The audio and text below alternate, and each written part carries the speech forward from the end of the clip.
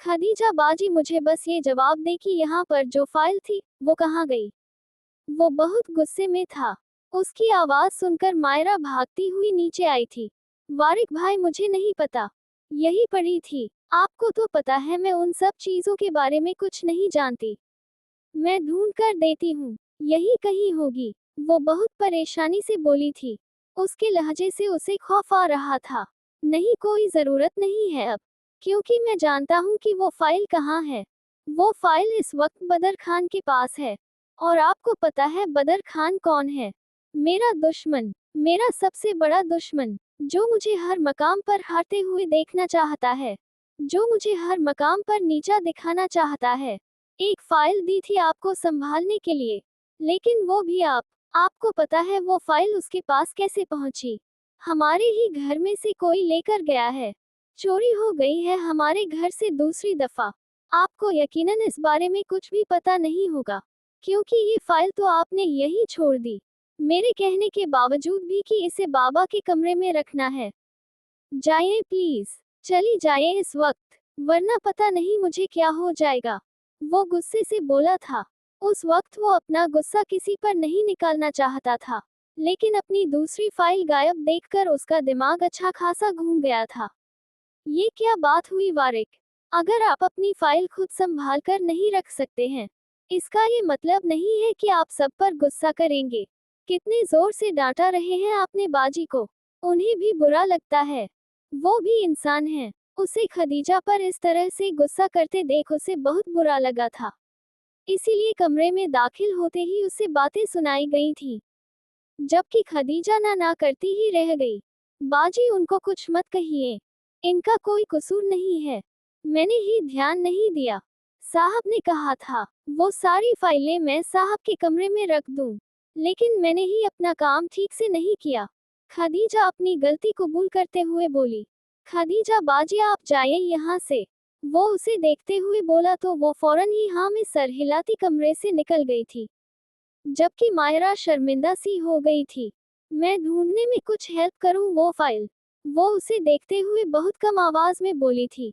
अब उसे पता चल चुका था कि गलती खदीजा की ही थी।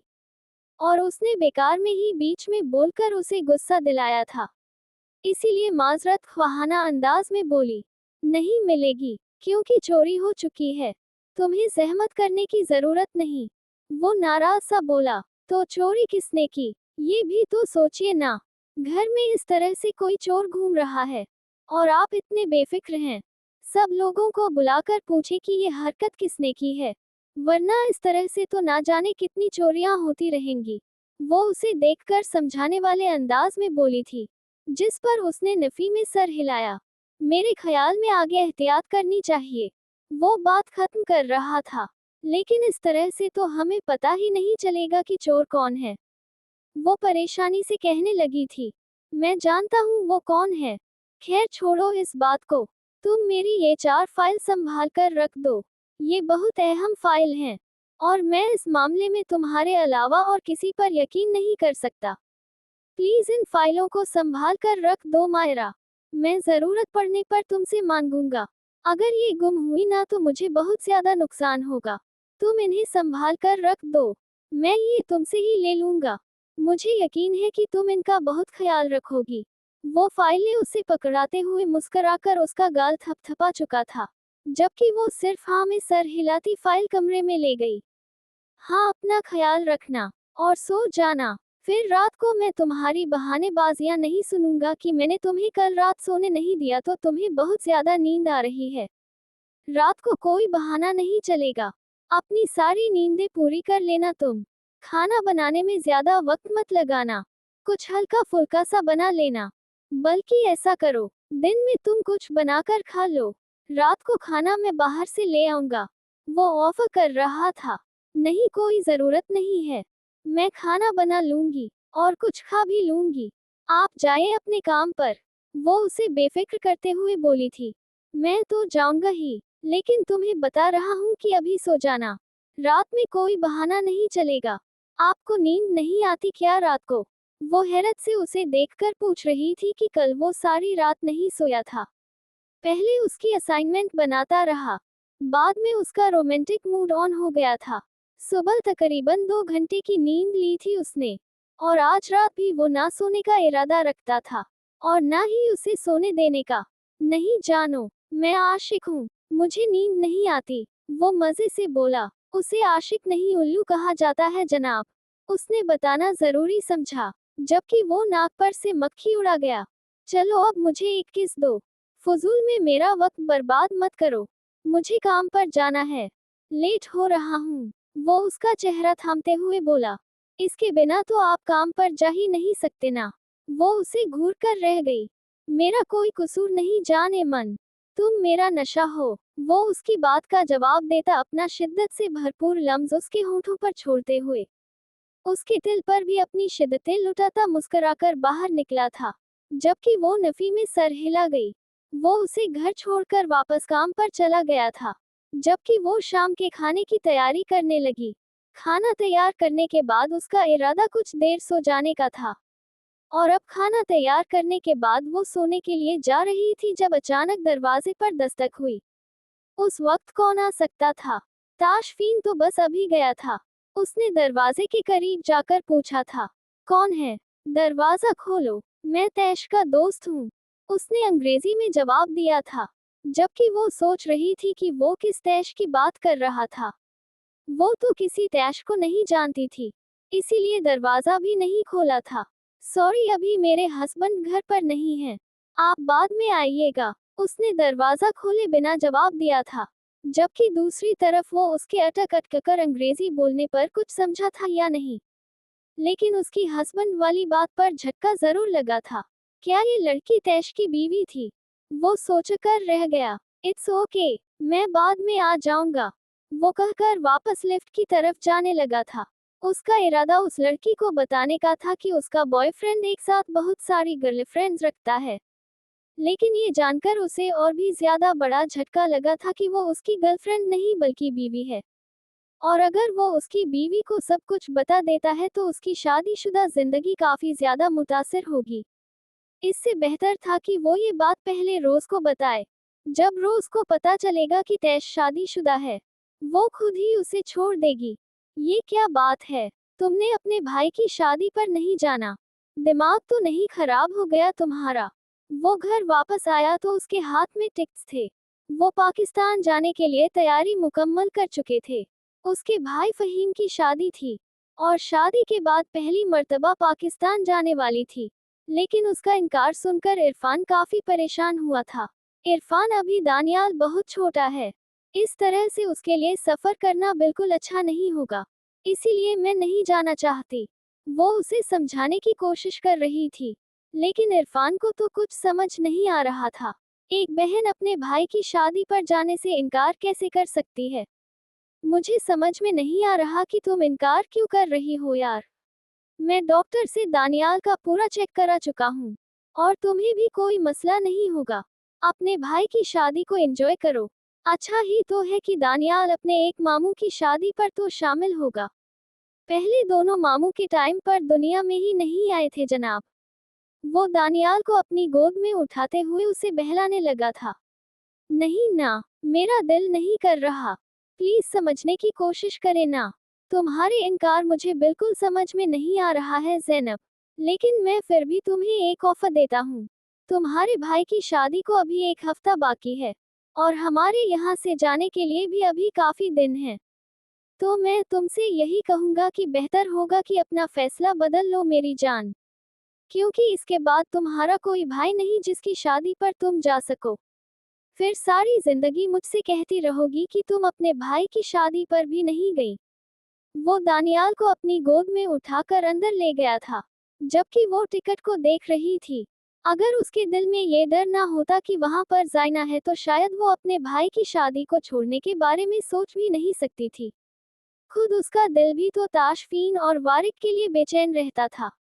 उसका बहुत दिल करता था उनसे मिलने के लिए, लेकिन उसकी शादीशुदा जिंदगी कहीं किसी बड़ी मुसीबत का शिकार ना हो जाए।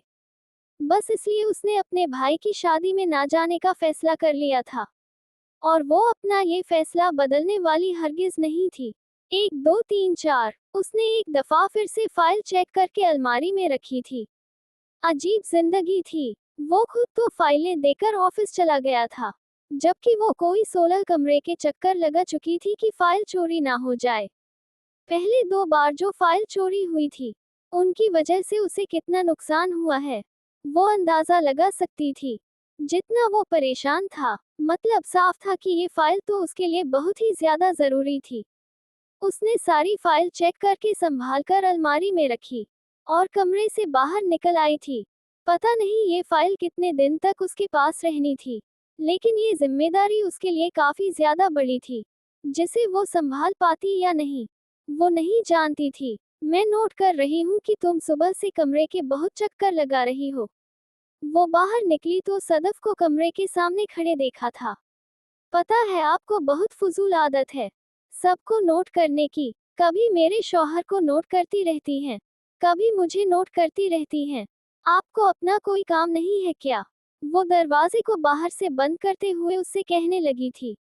ये इस तरह का कोई उसूल नहीं है इस घर में कि घर में सब लोग मौजूद हों और कमरे को इस तरह से बाहर से लॉक किया जाए। सदफ ने उसकी इस हरकत पर टोका था। आप अपने उसूल जाकर किसी और को बताएं।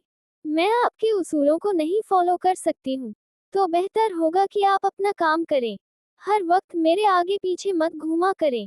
उसने दरवाजे को एक बार फिर से चेक किया और नीचे की तरफ जाने लगी, जबकि सदफ उसके जाने के बाद भी काफी देर वहीं खड़ी रही थी। तुम रोज लेट आते हो रॉबिन। अगर इसी तरह से चलता रहा तो ये फिल्म बस शूट होती रहेगी, कभी मुकम्मल नहीं होगी। आज वो तकरीबन 3 घंटे लेट आया था और उसका इंतजार करते करते वो सब लोग ही उकता गए थे। यहाँ तक कि क्रिस्टन तो वहां से जा चुकी थी। उसे किसी जरूरी पार्टी पर जाना था। अगर हीरो ही वक्त पर नहीं आ रहा था तो वो वहां रहकर क्या करती, क्योंकि उसके तो सारे ही सीन्स हीरो के साथ शूट होने थे। उनका आज का पूरा दिन बर्बाद हो चुका था। उसे आते देखकर रोज ने ताशफीन को उससे बात करने का इशारा किया था, जबकि वो खुद उसके मुंह लगना पसंद नहीं करती थी और ना ही उस ब्रेकअप के बाद उससे ज्यादा बातचीत करती थी। तुम मुझे कुछ भी कहने वाले कोई नहीं होते। जरूरी काम था मुझे, लेट हो गया। और वैसे भी मैं अगर लेट हो भी गया तो भी क्या, मैं फिल्म का हीरो हूँ। मेरे लिए इतनी अर्जेंसी तो हो सकती है। और वैसे भी अगर रोज मुझसे सवाल नहीं करती, तो तुम भी अपनी औकात में रहा करो। रॉबिन का दिल तो चाहा था कि वो उसके मुंह पर कह दे कि तुम शादीशुदा हो। ये बात मैं जानता हूँ। और रोज पर तुम्हारा पर्दाफाश करने का इरादा है। ये तुम मेरे सामने आकर चलते हो। तुम्हारी सारी अकड़ सिर्फ एक हकीकत रोज को पता चलने से निकल जाएगी और तुम सड़कों पर आ जाओगे। लेकिन नहीं, वो ऐसा कुछ नहीं कहने वाला था, क्योंकि उसका इरादा उसे ब्लैकमेल करके उससे कुछ निकलवाने का था। इसीलिए अपनी हीरोपंती दिखाने लगा। हिम्मत कैसे हुई थी ताशफीन से इस तरह से बात करने की? तुम्हारी औकात क्या है? तुम्हें यहाँ मैंने बनाया है। अगर मैंने तुम्हें इस फिल्म से आउट कर दिया तो क्या औकात रह जाएगी तुम्हारी रॉबिन? तुम्हें कौन सा डायरेक्टर प्रोड्यूसर अपनी फिल्म में हीरो ले जाएगा? मैं भी देखूंगी। रोज उसकी सारी बातें सुनकर काफी गुस्से से उसके पास आई थी। ताशफीन के मामले में तो किसी का भी लिहाज नहीं करती थी और रॉबिन तो वैसे भी बहुत बुरा लगता था। रोज, मेरा वो मतलब नहीं था। तुम नहीं जानती कि ये आजकल कुछ ज्यादा ही हीरो बनने की कोशिश कर रहा है। हर वक्त मुझे डांटा रहता है, मुझे नीचा दिखाने की कोशिश करता रहता है। बस इसीलिए मैंने सोचा कि मैं इसे बताऊं कि ये इस फिल्म का डायरेक्टर नहीं बल्कि असिस्टेंट डायरेक्टर है और तुम कभी भी इसे आउट कर सकती हो। लेकिन ये तो, मैं तुम्हारी तरह फजूल वक्त बर्बाद नहीं करता और तुमसे ज्यादा इस फिल्म में मेरी जरूरत है, क्योंकि मैं इस फिल्म का असिस्टेंट डायरेक्टर हूँ और अपना काम पूरी ईमानदारी से करता हूँ। आज तुम्हारी वजह से हमारा इतना वक्त बर्बाद हुआ है। इस वक्त में हम तकरीबन 2 सीन तो शूट कर लेते। इस फिल्म की एक टाइम लिमिट है। तुम्हें किसी चीज का होश नहीं रहता। वो खामोश नहीं रहा था, जबकि रोज ने उसके सीने पे हाथ रखते हुए इस मामले से दूर करने की कोशिश की। डार्लिंग, तुम रिलैक्स हो। ऐसे लोगों के मुंह लगने की जरूरत नहीं है तुम्हें।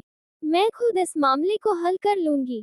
और रॉबिन, कम अज कम तुम्हें मुझे बताने की जरूरत नहीं है कि कोई यहाँ पर क्या है। बस अपनी औकात याद रखो तो तुम्हारे हक में बेहतर रहेगा, वरना मुझे बहुत ही हीरोज मिल जाएंगे तुमसे बेहतर और तुमसे काबिल। अगर यही सब कुछ चलता रहा ना तो तुम यहाँ से कुछ दिन के मेहमान हो। तुम्हारी वजह से हमारा पूरा दिन बर्बाद हो गया है। आज शूटिंग नहीं होगी। मेरे सर में बहुत ज्यादा दर्द है। तैश, क्या तुम मुझे घर छोड़ दोगे? वो रॉबिन को उसकी औकात याद दिलाते हुए ताशफीन से बोली थी, जिस पर उसने सिर्फ हाँ में सर हिला दिया। उसकी तबीयत सुबह से ही काफी ज्यादा खराब लग रही थी, लेकिन फिर भी तैश की दिन बर्बाद ना करने की जिद उसे यहाँ ले आई थी, वरना आज उसका काम पर आने का कोई इरादा नहीं था। और फिर भी रॉबिन की वजह से कोई शूटिंग भी नहीं हो सकी थी। उठा लो फायदा, उठा लो तैश। बस कुछ दिन और, फिर जब मैं रोज को तुम्हारी हकीकत बताऊंगा, बल्कि मैं हकीकत दिखाऊंगा, वो भी अपनी आंखों से देखेगी तुम्हें और तुम्हारी बीवी को एक साथ। और फिर जो होगा वो देखकर मुझे सुकून मिलेगा, क्योंकि तुम्हारा ये डायरेक्टर बनने का ख्वाब हमेशा के लिए अधूरा रह जाएगा।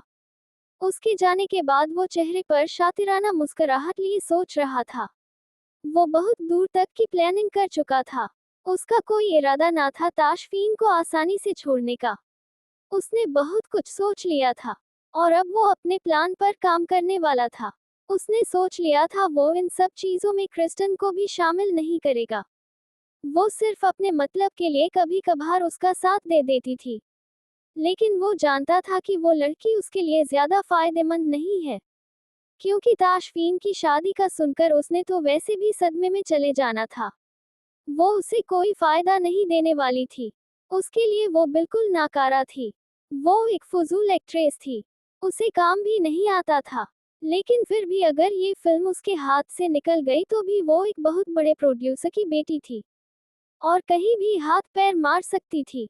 लेकिन रॉबिन के पास कुछ भी नहीं था, इसीलिए उसको वापस रोज के साथ रिलेशनशिप में आना था, क्योंकि जब से उसका ब्रेकअप हुआ था वो अपनी जिंदगी में हर तरह की अय्याशी से महरूम हो चुका था। ये रही आपकी चारों फाइलें। वो जैसे ही फ्रेश होकर बेड पर बैठते हुए अपना लैपटॉप ओपन करने लगा। मायरा ने चारों फाइल लाकर उसके सामने रखी थी। आपने कहा था ना संभाल कर रख दो। मैंने पूरा दिन संभाल कर रखी हैं। और आपको पता है मैंने सारा दिन कमरा बंद रखा था कि कहीं कोई चोर आकर फाइलें ना उठाकर ले जाए। इतनी बड़ी जिम्मेदारी दी थी आपने। मैंने अपनी जान से बढ़कर इनका ख्याल रखा है। उसने खुशी से अपना कारनामा सुनाया था। उसे यकीन था वो लाजमी उससे इम्प्रेस हो चुका होगा। वेरी गुड, लेकिन ये तुम मुझे अभी क्यों दे रही हो? डार्लिंग, जब जरूरत होगी तो तुमसे कहूंगा ना। वो फाइलें वापस उसकी तरफ बढ़ाते हुए बोला तो उसके चेहरे पर उदासी छा गई। क्या मतलब है? मुझे कब तक इन सबको संभाल कर रखना पड़ेगा? वो परेशानी से उससे पूछने लगी थी। एक ही दिन में वो कमरे के हजारों चक्कर लगाकर फाइलों को चेक कर चुकी थी और ये काम उसे रोज करना था। ये सोचकर उसकी परेशानी तो बनती थी। डार्लिंग, ये फाइलें तुम्हें तब तक संभाल कर रखनी पड़ेंगी जब तक मुझे इसकी जरूरत पेश नहीं आती। अब तुमने ही इनका ख्याल रखना है। ये चारों फाइलें मेरे अगले बहुत अहमतरीन प्रोजेक्ट्स के लिए हैं और मैं नहीं चाहता कि ये गायब हो या इन्हें कोई चोर चोरी करके ले जाए। इसीलिए तुम्हें ही इन्हें अपने पास रखना है, क्योंकि तुम इनका ठीक से ख्याल रख सकोगी और किसी पर मैं इस मामले में बिल्कुल भरोसा नहीं कर सकता। वो उसका हाथ थामते हुए समझा रहा था, जबकि मायरा सिर्फ हाँ में सर हिलाकर वो फाइल वापस अलमारी के लॉकर में रखने लगी थी। फहीम की शादी हो चुकी थी, लेकिन वो शादी पर नहीं गई थी। उसके पास बहुत सारी तस्वीरें थी जिन्हें वो देखकर खुश होती थी। अब तस्वीरें देख देख कर खुश होती रहो। हम शादी पर जा सकते थे, इरफान नाराजगी से बोला था। वो पाकिस्तान जाना चाहता था। उसे समझ नहीं आता था कि ज़ैनब पाकिस्तान क्यों नहीं गई। हाँ, तो तस्वीरें देखकर खुश हो तो रही हूँ। उसने मुस्कुराकर तस्वीरों पर हाथ फेरा था, जबकि इरफान उसे देख रहा था। वो अपने भाइयों से इतनी ज्यादा मोहब्बत करती थी और इतनी बड़ी खुशी में अपने भाई की शामिल ही नहीं हुई थी। उसे पाकिस्तान जाना चाहिए था। वो चाहता था कि वो अपने भाई की खुशियों को अपनी आंखों से देखे। उसने इब्राहिम को भी फोन पर बताया था कि ज़ैनब पाकिस्तान नहीं आना चाहती। वो टिकट तक करा चुका है। इस बात पर उसके तीनों भाइयों ने उसे फोन पर बहुत समझाने की कोशिश की थी कि वो पाकिस्तान आए और अपने भाई की शादी को एंजॉय करे, लेकिन ना जाने क्यों वो अपनी जिद पर कायम थी। सबके कहने के बावजूद वो पाकिस्तान जाने को तैयार ना थी। एक दफा इरफान ने शरारतन ये कह दिया कि सिर्फ वो ही चला जाएगा शादी एंजॉय करने के लिए, अगर उसे नहीं आना तो ना आए। लेकिन उसकी इस बात पर ज़ैनब इतनी ज्यादा परेशान हो गई कि उसे रात तक बुखार हो गया, और उसकी इस परेशानी की वजह वो समझ नहीं पाया था।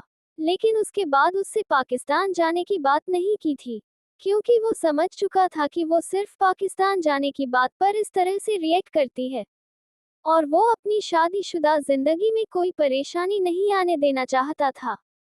इसीलिए इस टॉपिक को यही खत्म कर दिया। लेकिन उसे अक्सर अपने भाई की शादी की तस्वीरें देखकर वो ये जरूर कहता था कि हम जा सकते थे, जिस पर ज़ैनब मुस्कुरा देती थी। आज तुमने मेरे लिए खाने में कुछ नहीं बनाया। वो वापस बेड पर आकर बैठी तो उससे पूछने लगा, आपने कितने खूबसूरत तरीके से मेरे पास्ता की तारीफ की थी ना। उसके बाद तो मैं जहर भी मिलाकर ना खिलाऊं। खाना तो बहुत दूर की बात है जनाब। उसने मजे से कहते हुए उसका फोन उठाया था। पासवर्ड क्या है? वो फोन उसके सामने करते हुए पूछ रही थी।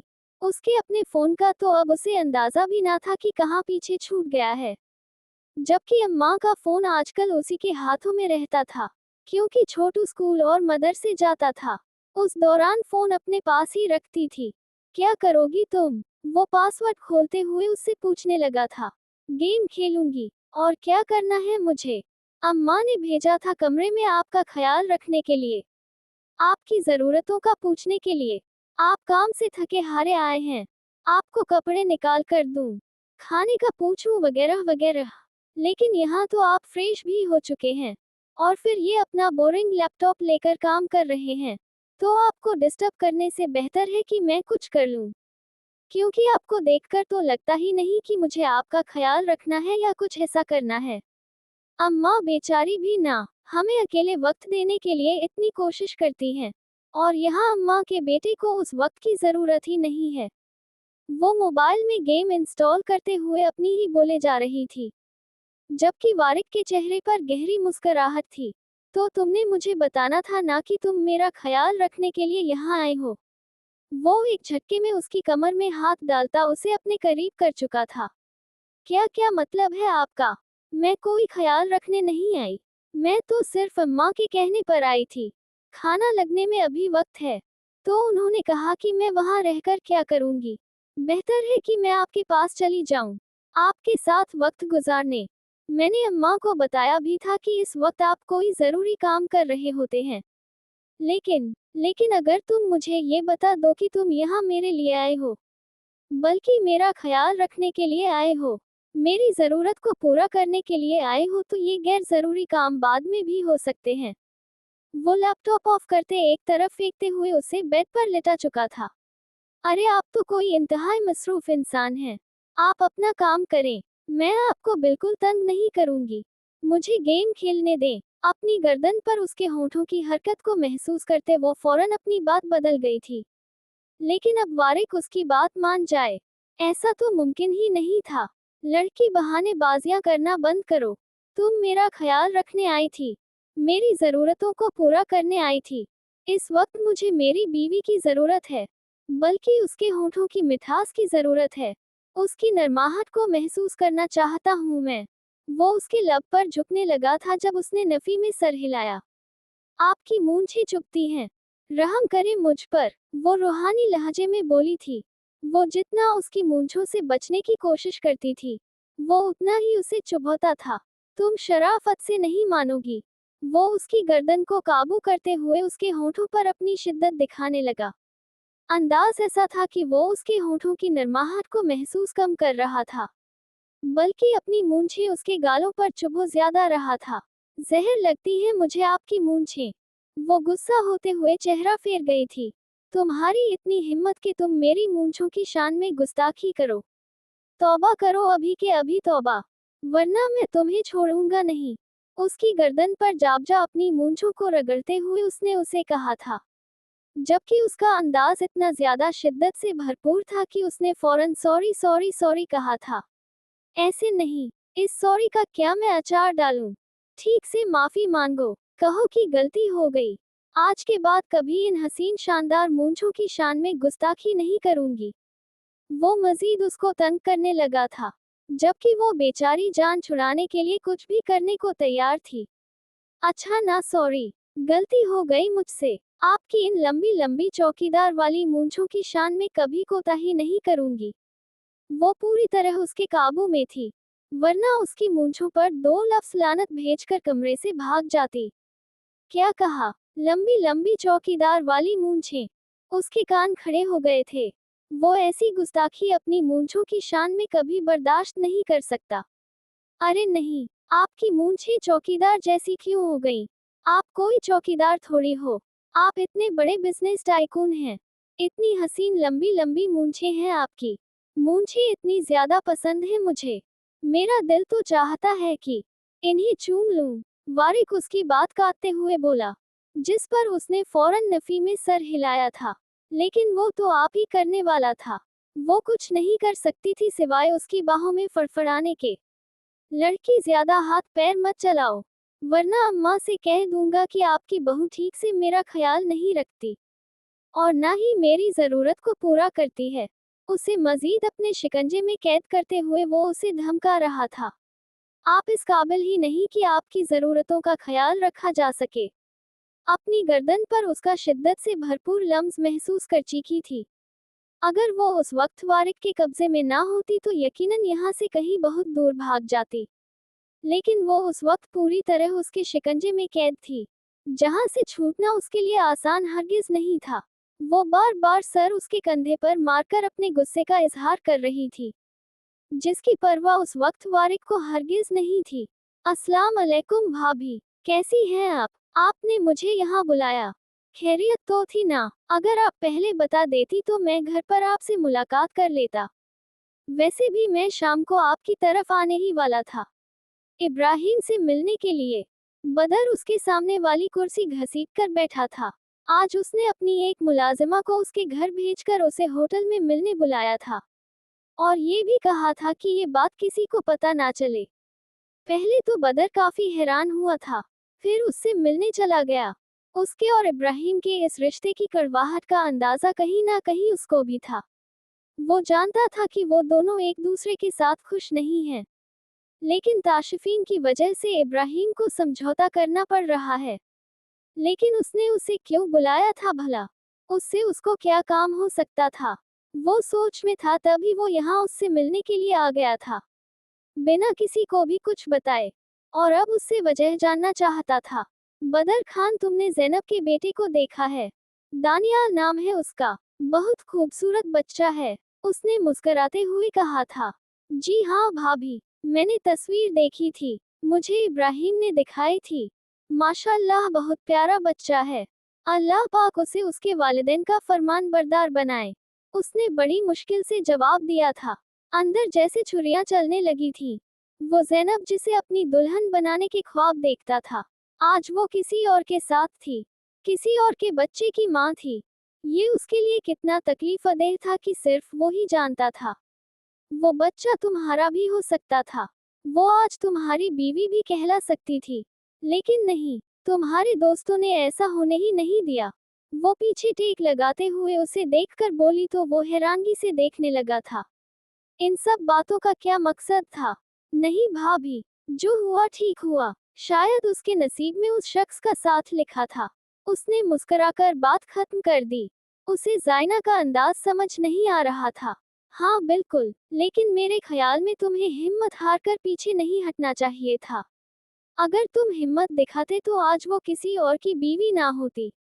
लेकिन देर तो अब भी नहीं हुई, वो अब भी तुम्हारी बीवी बन सकती है।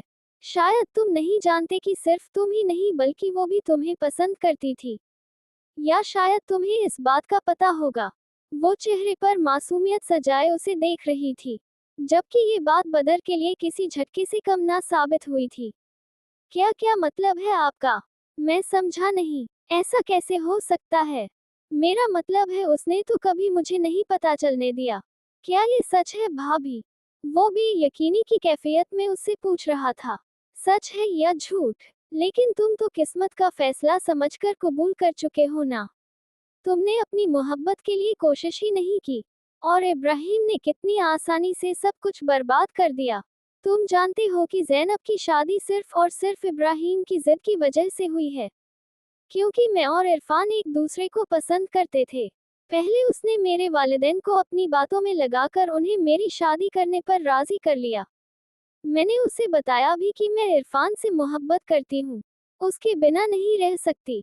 लेकिन इब्राहिम मुझे हासिल करना चाहता था, किसी भी कीमत पर। उसने मेरे वालिदैन को ट्रैप करके मुझसे जबरदस्ती शादी कर ली, और जब मैंने बार बार उसे तलाक देने के लिए फोर्स किया तो वो ताशफीन को हमारी जिंदगी में ले आया, वरना शायद मैं और इरफान एक हो चुके होते। इरफान ने मुझे कहा कि मुझे तलाक ले लेनी चाहिए, और मैंने हर मुमकिन कोशिश की। उसने मुझसे कहा कि तुम मेरे बच्चे को इस दुनिया में लाओ तो मैं तुम्हें छोड़ दूंगा। बस इसीलिए मैंने उसके बच्चे तक को पैदा किया। लेकिन वो मक्कार इंसान अपने हर वादे से मुकर गया, और फिर उसने मुझे बर्बाद करने के लिए ज़ैनब की शादी जबरदस्ती इरफान से तय कर दी। वो ना जाने कब से तुम्हें पसंद करती थी, उसकी सारी ख्वाहिशें अधूरी रह गईं। तुम बार बार रिश्ता लेकर आते तो उसकी उम्मीद बन जाती है, शायद उसके भाई को उस पर तरस आ जाएगा। लेकिन ऐसा ना हुआ। इब्राहिम अपनी बहन को बर्बाद करने को तैयार हो गया। इरफान ज़ैनब को पसंद नहीं करता, वो आज भी मुझसे शादी करना चाहता है, लेकिन इब्राहिम मुझे छोड़ने को तैयार ही नहीं। मोहब्बत में बर्बाद हुआ शख्स ही इस तकलीफ को समझ सकता है। इसीलिए मैंने सोचा कि मैं ये सब कुछ तुम्हें बताऊं। क्या ज़ैनब आज भी मुझे पसंद करती है? क्या वो आज भी मुझसे मोहब्बत करती है भाभी? प्लीज मुझे बताएं। वो तड़प रहा था, और उसकी तड़प उसको सुकून दे गई। हाँ, वो आज भी पसंद करती है तुम्हें, और इरफान के साथ ये रिश्ता खत्म करना चाहती है। वो आज भी तुम्हारी हो सकती है। उसने उसे यकीन दिलाया था, जबकि बदर को लगा कि जैसे उसे जिंदगी मिल गई हो। मैं अपनी जिंदगी को बर्बाद नहीं होने दूंगा। भाभी आप फिक्र ना करें, मैं सब कुछ ठीक कर दूंगा, और अगर नहीं हुआ तो मैं बीच का रास्ता निकाल लूंगा, लेकिन ज़ैनब को अपनी जिंदगी में शामिल करके रहूंगा। वो उसे यकीन दिला रहा था, जबकि वो अपने प्लान की कामयाबी पर खुश हो रही थी। कहाँ रह गए थे आप? मैं कब से आपका इंतजार कर रही थी, उसने दरवाजा खोलते हुए उससे कहा था, जबकि उसकी रोज वाली बात पर उसके चेहरे पर रोज वाली शरारती मुस्कुराहट देखकर वो सर थामकर बैठ गई। अब फिर से शुरू मत हो जाएगा। आपको पता है आज कोई आया था घर पे, कोई अंग्रेज था, कह रहा था कि किसी तैश से मिलना है, लेकिन मैंने कह दिया कि इस वक्त मेरे शौहर घर पर नहीं है। बस फिर वो चला गया। मैंने दरवाजा नहीं खोला। ठीक किया ना? वो उसे अंदर ले आते हुए उससे पूछ रही थी। हाँ, तुमने बहुत अच्छा किया, लेकिन तुमने दरवाजा नहीं खोला, इसका मतलब तुमने उसे देखा भी नहीं तो कौन था? उसके पूछने पर उसने नफी में सर हिलाया था, जबकि वो सोच में पड़ गया था कि आखिर उसकी गैर मौजूदगी में घर पर कौन आ सकता है। उसे तैश कहने वाले तो उसके ऑफिस के वर्कर थे या फिर उसके पुराने कॉलीग्स, लेकिन उसके घर का पता तो कोई भी नहीं जानता था। वो अपने घर में किसी को भी नहीं लाता था, तो फिर कौन हो सकता था जो उसके घर तक आया था? कल से ही वो नोट कर रहा था कि कोई उसका पीछा कर रहा है। फिर रात को भी उसे ऐसा महसूस हुआ कि कोई है जो उसके घर के अंदर तक आया है, और उसकी गैर मौजूदगी में कोई उसके बारे में पूछकर भी गया था। मेरे अलावा कोई भी हो तो दरवाजा खोलने की जरूरत नहीं है, और दरवाजा अंदर से बंद करके रखना। बाकी मैं बिल्डिंग के गार्ड से कह दूंगा कि हमारी बिल्डिंग पर किसी को ना आने दे। वो उसे देखते हुए समझा रहा था, जबकि तनावुश ने सिर्फ हाँ में सर हिलाया था। गुड मॉर्निंग, कैसे हो तुम तैश? मुझे तुम्हारा शुक्रिया अदा करना था डार्लिंग। कल तुमने मेरे साथ वक्त गुजारा, कल तुमने अपना कीमती वक्त मुझे दिया, मुझे बहुत अच्छा लगा। मैं कल बहुत ज्यादा वीक फील कर रही थी, लेकिन तुम्हारी वजह से अब मेरी तबीयत काफी संभल गई है। वो जैसे ही ऑफिस में दाखिल हुआ, रोज खुशबाश सी उसके सामने बैठी हुई थी। वो मुस्कुराते हुए उसे गुड मॉर्निंग विश करता सामने कुर्सी पर बैठा था। मेरा मकसद भी यही था रोज, कि आप खुश हो जाएं। मैं नोट कर रहा हूँ पिछले कुछ दिनों से आप बिल्कुल भी खुश नहीं हैं। मुझे आपकी तबीयत भी ठीक नहीं लगती। मेरे ख्याल से आप दोबारा अपने फादर की वजह से टेंशन ले रही हैं। मेरे ख्याल में आपको मेरे घर आना चाहिए और वहाँ कुछ वक्त गुजारना चाहिए। इस संडे को हम प्लान करते हैं। मैं नोट कर रहा हूँ कि जब से इस फिल्म की शूटिंग स्टार्ट हुई है, हमारी रूटीन बहुत बोरिंग होती जा रही है और आप इस फिल्म को लेकर काफी ज्यादा टेंशन में रहने लगी हैं। हालांकि ऐसा नहीं होना चाहिए, क्योंकि मैं इस फिल्म को परफेक्ट बनाने की पूरी कोशिश कर रहा हूँ। आपकी परेशानी से मुझे लग रहा है जैसे आप मुझ पर यकीन नहीं करती, लेकिन मैं जानता हूँ कि आपको मुझ पर पूरा एतबार है। इसके कुछ बोलने से पहले ही वो अपनी बात मुकम्मल करने लगा तो वो मुस्कुरा दी। मुझे तुम पर खुद से ज्यादा भरोसा है तैश। मैं जानती हूँ ये फिल्म सुपर हिट होने वाली है, लेकिन मुझे इसकी कास्टिंग को लेकर काफी ज्यादा प्रॉब्लम्स फेस करनी पड़ रही है। तुम तो देख ही रहे हो ना, वो क्रिस्टन अपनी मर्जी से आती है, अपनी मर्जी से जाती है। उसे कोई लेना देना नहीं है मेरी फिल्म से, और मुझे उसकी ये हरकतें बहुत बुरी लग रही हैं।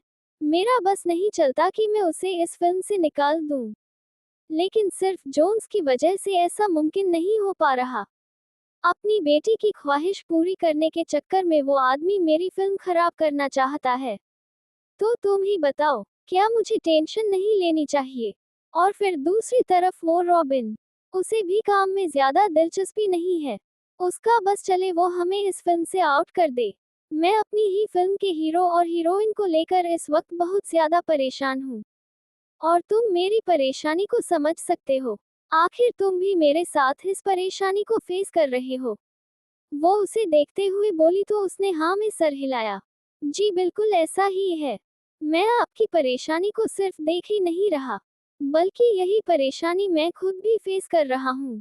लेकिन हम इन दोनों का कुछ नहीं कर सकते, सिवाय इन्हें बर्दाश्त करने के। इसीलिए तो मैं आपको ऑफर कर रहा हूँ कि परसों संडे है, फिल्म की शूटिंग मंडे को स्टार्ट करते हैं। परसों का दिन आप मेरे साथ गुजारें मेरे घर पर। तनावुश आपको बहुत मजे का पिज्जा बनाकर खिलाएगी। वो सब कुछ ही बहुत मजेदार बनाती है। मैं तो उसके हाथ के बने खाने का दीवाना हूँ। आप भी उसकी फैन हो जाएंगी। वो दिखती इतनी सी है, लेकिन आपको वो ऐसे ऐसे खाने बनाकर खिलाएगी ना कि आपने सारी जिंदगी वैसा खाना नहीं खाया होगा। वो पूरे यकीन से बोल रहा था।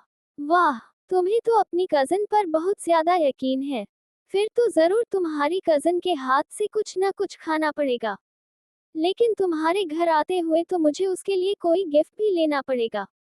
तो बताओ कि उसे क्या पसंद होगा। मैं उसे कोई गिफ्ट देना चाहती हूँ। मैं पहली दफा तुम्हारे घर आऊंगी। क्या मैं उसके लिए कोई ज्वेलरी पीस ले आऊं? उसने उसे देखते हुए पूछा था। वो काफी दिनों से उससे कह रही थी कि मैं तुम्हारी कजिन से मिलने जाना चाहती हूँ, जिस पर ताशफीन ने इनकार किए बिना उसे आने की दावत दी थी, और रोज उसके ऑफर पर काफी एक्साइटेड हो गई थी।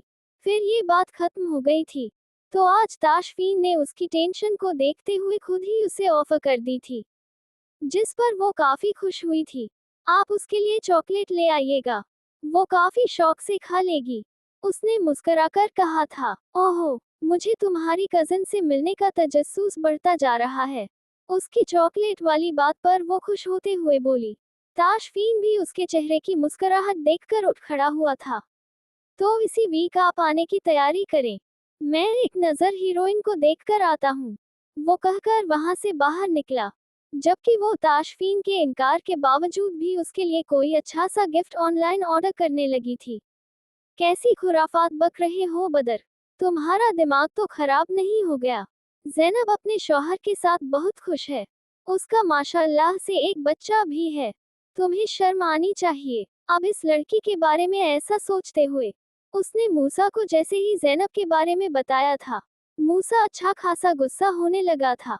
भाईजान, मैं सच कह रहा हूँ, वो अपने शौहर के साथ खुश नहीं है। उसकी शादी जबरदस्ती की गई है। वो मुझे पसंद करती थी। मेरा यकीन करें, वो मेरे साथ खुश रह सकती है। वो अपनी जिंदगी किस तरह से काट रही होगी इस अनचाहे इंसान के साथ, जरा सोचे तो सही। वो मूसा को समझाने लगा था। तुम्हें किसी ने गलत बताया है बदर, वो अपने शौहर के साथ बहुत खुश है। उसका एक बच्चा भी है। अगर वो कभी तुम्हें पसंद करती तो जरा सोचो। अब उसकी जिंदगी बदल चुकी है। अब उसकी जिंदगी में एक नन्हा सा फरिश्ता आ गया है। वो औरत है। अगर कभी भटक कर तुम्हारे बारे में कुछ ऐसा सोच भी बैठी तो अब उसकी सोचों से तुम दूर जा चुके होगे। तुम बस अपनी जिंदगी को एक ही जगह रोके हुए हो। आगे बढ़ो बदर, शादी कर लो, ताकि तुम्हारे दिमाग से ज़ैनब निकल जाए। मैं नहीं जानता कि ज़ैनब तुम्हें पसंद करती थी या नहीं, लेकिन अब वो एक अच्छी जिंदगी गुजार रही है, और मैं कभी तुम्हें ज़ैनब की जिंदगी में नहीं जाने दूंगा। और ये जो तुम ज़ाइना की बात कर रहे हो ना, उस औरत ने कभी अपनी नंद की जिंदगी के बारे में जानने की कोशिश भी नहीं की। इब्राहिम ने तुमसे अपनी जिंदगी की प्रॉब्लम शेयर नहीं की होंगी, लेकिन वो मेरा जिगर है। मुझे सब पता है। जिस लड़की की बातों में आकर तुम ये सोच रहे हो कि ज़ैनब तुमसे मोहब्बत करती है, मैं उसके बारे में सिर्फ इतना जानता हूँ कि उसने कभी जिंदगी में अपने शौहर और अपने घर वालों के बारे में जानने की कोशिश नहीं की। और जो औरत अपने रोते हुए बच्चे को नहीं संभाल सके, तुम उस पर यकीन कर रहे हो। वो इब्राहिम से तलाक लेकर यहाँ से जाना चाहती है, लेकिन इब्राहिम अपना बसा बसाया घर तोड़ना नहीं चाहता। बस इसीलिए वो ये सारे ड्रामे तुमसे कर रही है, क्योंकि वो जान चुकी है कि तुम ज़ैनब से मोहब्बत करते थे। वो तुम्हें इस्तेमाल कर रही है, और कुछ भी नहीं। वो समझा रहा था, लेकिन उसकी आंखों पर तो उस वक्त ज़ैनब के मोहब्बत की पट्टी बंधी थी। वो सिर्फ ये जानता था कि उसकी ज़ैनब उसकी हो सकती थी, हमेशा के लिए। उसके आगे वो कुछ सोचना ही नहीं चाहता था। उसने दरवाजा खोला तो चेहरे पर रोज की तरह बहुत खूबसूरत मुस्कुराहट थी। उसकी मुस्कुराहट पर ताशफीन ने अपना दिल थाम लिया था। आज मैं बहुत बहुत बहुत बहुत ज्यादा खुश हूँ। गैस करें क्यों? उसने तजस्सुस फैलाते हुए कहा तो ताशफीन ने अपनी ठोड़ी के नीचे हाथ रखा और सोचने वाले अंदाज में उसकी तरफ देखा। उसके अंदाज पर वो और भी ज्यादा एक्साइटेड हो गई थी कि वो क्या गैस करेगा। तुम मुझे पहली दफा खुद से किस करने वाली हो? उसने बड़ी देर के बाद जवाब दिया था, जबकि उसके इस जवाब पर वो उसे घूर कर रह गई। ताशफीन इब्राहिम हर वक्त रोमांस रोमांस रोमांस, कभी बाहर भी निकल आया करे इस रोमांस से। वो बदमजा होते हुए बोली, तुम्हें देखकर जो चीज मुझे समझ में आती है, मैं वो ही बोलूंगा, ना जाने मन। वो उसके कंधे पे हाथ फैलाते हुए उसका चेहरा अपने होठों के बेहद करीब करता, शिद्दत से भरपूर अंदाज में होठों से छूने लगा। हटे पीछे, पहले मेरी खुशी की वजह जाने। आपको पता है मेरी वो असाइनमेंट जो आपने बनाई थी, वो इतनी अच्छी थी कि क्लास में सबसे ज्यादा मेरे मार्क्स आए। सबने मेरे लिए क्लैपिंग की, और फिर सबके सामने मेरी बहुत सारी तारीफ भी हुई। वो बहुत खुशी से बता रही थी, जबकि ताशफीन ने खुश होने वाले अंदाज में ताली बजाई थी। क्या बात है, तुम्हारी असाइनमेंट की वजह से तुम्हारी इतनी तारीफ हुई, लेकिन तुम्हें नहीं लगता कि वो सारी तारीफ मेरी होनी चाहिए? खैर तारीफ को छोड़ो, इसका मैं अचार नहीं डालना। तुम इसके बदले कुछ और दे सकती हो। वो फौरन अपने मतलब पर उतर आया था, जबकि वो सोच रही थी ये बात उसे बताना इतनी भी जरूरी नहीं कि वो कैसे भूल गई थी कि वो उसकी खुशी में भी कहीं ना कहीं रोमांस ले आएगा। अच्छा बस, ठीक है ना, आपको बस यही खुशखबरी सुनानी थी। अब आप जाएं, फ्रेश हों, मैं आपके लिए चाय बनाती हूँ। वो उसका हाथ अपने कंधे से हटाते हुए कहने लगी, क्योंकि उसे खतरे की बू आ रही थी।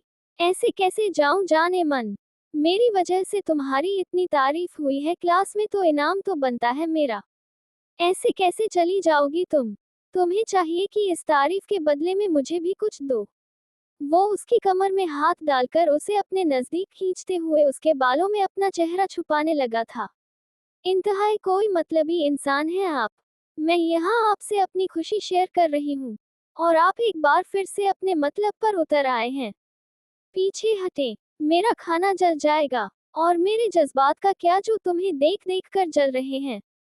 कभी मेरी भी फिक्र कर लिया करो।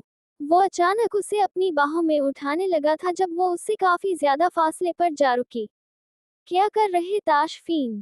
देखिए ना, अंदर खाना जल जाएगा। अभी वो किचन की तरफ भागने लगी थी जब उसने हाथ थाम लिया। तुम्हारे पास 2 मिनट हैं।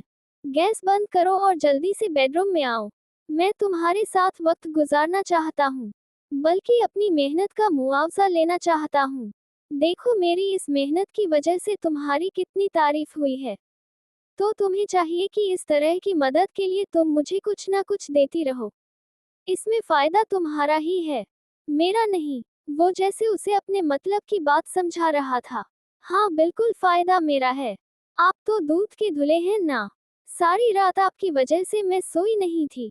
और हर काम का मुआवजा एक दफा मिलता है। और आपने ना जाने कितनी दफा मुआवजा वसूल किया है। और अब आप दोबारा मांग रहे हैं। बेवकूफ सही, लेकिन इतनी बेवकूफ नहीं हूँ। आप पर मेरा असाइनमेंट को लेकर जो थोड़ा बहुत कर्ज था, सब खत्म हो चुका है। उसने चालाकी दिखाने की कोशिश की थी, जबकि उसके अंदाज पर वो काफी मुतासिर हुआ था। जबकि वो अपनी बात करती किचन की तरफ जाने लगी। तुम किचन में नहीं जाओगी, वो कहते हुए खुद किचन में जाने लगा। जबकि वो उसके जुमले को समझी नहीं जब वो अगले 2 मिनट में चूल्हा बंद करके उसके पास आया और उसे अपनी बाहों में उठाते हुए बेडरूम की तरफ ले जाने लगा। मुझे मेरी बीवी का ये वाला रूप सबसे ज्यादा पसंद आया है। तो ऐसे रूप की झलकियां दिखाती रहा करो जाने मन। और हाँ, कल मेरी बॉस घर पे आने वाली है, तो उसके लिए तुमने वो ही पिज्जा बनाना है और उसको बहुत अच्छे से वेलकम करना है। वो उसे अपनी बाहों में उठाए बताते हुए बेडरूम में ले जाने लगा था। क्या आपकी बॉस हमारे घर पे आने वाली हैं? वो परेशानी से उसे देखने लगी थी, जबकि वो हाँ में सर हिलाता उसे बेड पर लिटाते हुए उसके गले से दुपट्टा खींचकर दूर फेंक चुका था। हाँ, लेकिन अब मजीद इसके बारे में बात मैं बाद में करना पसंद करूंगा। फिलहाल मुझे अपनी बीवी के नाज नखरे देखने हैं। वो उसे अपनी बाहों में कैद करता उसके होंठों पर झुकने लगा था, जबकि उसके सारे सवाल उसके मुंह में ही रह गए थे। मूसा इब्राहिम के घर आया तो यहाँ उसे सिवाय जायना के और कोई भी नजर नहीं आया था, क्योंकि अभी उसे पता चला था कि सब लोग शादी पर गए हुए हैं। जायना तो कभी अपने शौहर के साथ कहीं जाना पसंद ही नहीं करती थी, इसीलिए वो घर पर थी। और यहाँ नीचे भी वो ये सोचकर आई थी कि बदर आया होगा। लेकिन मूसा को देखकर वो उल्टे कदमों वापस जाने लगी जब उसने पुकार लिया, रुकी भाभी, मुझे आपसे जरूरी बात करनी है। वैसे मेरा इरादा तो ये बात इब्राहिम से करने का था, लेकिन मैं नहीं चाहता कि मेरी वजह से आप दोनों मियाँ बीवी में किसी भी तरह की कोई बदमज़गी हो। वो वापस जाने लगी थी कि मूसा खान की आवाज पर उसे रुकना पड़ा। वो किस बारे में बात कर रहा था, वो समझ चुकी थी। और अगर इब्राहिम को इसके बारे में खबर हो जाती है तो उसका क्या हाल करता, जानना मुश्किल नहीं था, क्योंकि वो उससे पहले 2 दफा उस पर हाथ उठा चुका था। उसकी इंतहाई बदतमीजी पर। आप क्या कह रहे हैं मूसा भाई? मैं समझी नहीं, आप क्लियर बात करें। वो वापस आते हुए उसके पास रुकी। मैं आपको वार्न कर रहा हूँ, खुदा के लिए बदर खान को सब्ज बाग दिखाना बंद करें। जैनब ना उससे मोहब्बत करती है और ना ही कभी माजी में करती थी। और अगर ऐसा कुछ था भी तो जैनब अपनी शादीशुदा जिंदगी में बहुत खुश है। बेहतर होगा कि आप जैनब को बदनाम करने की कोशिश ना करें और ना ही मेरे भाई के दिल में इस तरह की कोई उम्मीद डालें, वरना बदर खान को तो मैं संभाल लूंगा, लेकिन शायद आप अपना आप संभाल ना सकें। आपकी प्लानिंग ये है ना कि इब्राहिम अपनी मर्जी से आपको तलाक दे दे, ताकि आप अपने वालिदैन के पास वापस लौट जाएं। इसी कीमत पर वो लोग आपको अपनाएंगे कि आप इब्राहिम को अपने वालिदैन के सामने एक गलत और बुरा शख्स साबित कर दें। तो वरना शायद वो लोग कभी आपको मुंह लगाना पसंद नहीं करेंगे। और याद रखिएगा कि अगर इब्राहिम को ये पता चला कि आप उसकी बहन पर ऐसा घटिया और गलीज इल्जाम लगा रही हैं तो आपकी जिंदगी से इब्राहिम जाए या ना जाए, लेकिन इरफान कभी नहीं आएगा। संभल जाए, मौका दे रहा हूँ आपको, क्योंकि मैं अपने दोस्त का घर टूटते हुए नहीं देख सकता और मैं दूसरी दफा वार्न करने नहीं आऊंगा। वो उसे कहते हुए वहीं से पलट गया था, जबकि जायना अच्छी खासी परेशान हो गई थी। उसकी धमकियों ने उसे काफी ज्यादा खौफजदा कर दिया था। हाँ, ये हकीकत थी कि इब्राहिम से तलाक लेकर उसे अपने वालिदैन के सामने इब्राहिम को एक बुरा शख्स साबित करना था, वरना उसके वालिदैन कभी उसे दोबारा कबूल ना करते। इब्राहिम की इमेज उसके माँ बाप के सामने इतनी अच्छी थी कि वो इतने सालों से झूठे किस्से सुनाने के बावजूद भी अपने वालिदैन को उसके खिलाफ ना कर सकी थी। इसलिए उसने ये रास्ता चुना था। इसके पीछे भी उसकी बहुत बड़ी प्लानिंग थी। कि उसे लगा था बदर खान अक्लमंदी का सबूत देते हुए उसकी प्लानिंग में उसका साथ देगा। लेकिन बदर खान ने बेवकूफ़ी की थी। इन सब चीज़ों में अपने भाई को शामिल करके। उसे ज़रूरत ही क्या थी उसे ये सब कुछ बताने की। अब उसे लग रहा था कि उसने गलत शख्स को चुना था अपने मतलब के लिए। अगर मूसा खान से ये बात इब्राहिम तक पहुंच गई तो कितना बड़ा मसला हो सकता था, वो सोचना भी नहीं चाहती थी। इरफान जिस तरह से अपनी जिंदगी में आगे बढ़ रहा था, उसे यकीन था कि उसकी जिंदगी से ज़ैनब को निकालना आसान ना होगा। लेकिन वो आज भी उससे मोहब्बत करती थी और उसकी जिंदगी में वापस जाने के लिए किसी भी हद तक जा सकती थी। लेकिन अफसोस कि इस प्लान में बदर उसके किसी काम ना आया था। अब उसे कुछ और सोचना था। अस्सलाम अलैकुम, उसने घर में कदम रखते हुए सबको मुश्तरका सलाम किया था, जबकि छोटू भागकर उसके लिए पानी लाने गया था। वालेकुम सलाम, आ गया मेरा बच्चा। हम बहू को तेरे बचपन की तस्वीर दिखा रहे हैं। उन्होंने एल्बम की तरफ इशारा किया था जो उस वक्त अहमद की गोद में था। बचपन की तस्वीरें देखकर क्या करेगी आपकी बहुरानी? उसे कहीं अभी के वारिक इब्राहिम को समझे, जाने में प्यार करे और बस ब्रेक लगा दे अभी। मैं वारिक इब्राहिम को ज़रूरत से ज़्यादा समझ चुकी हूँ। अहमद दिखाओ भी तस्वीरें, कितना वक्त ले रहे हो तुम? वो उसे जवाब देती हुई एक बार फिर से अहमद की तरफ मुतवज्जह हुई थी, जहाँ पर अहमद अपनी तस्वीरें ढूंढने में मसरूफ था। अम्मा इसमें तो मेरी एक भी तस्वीर नहीं है।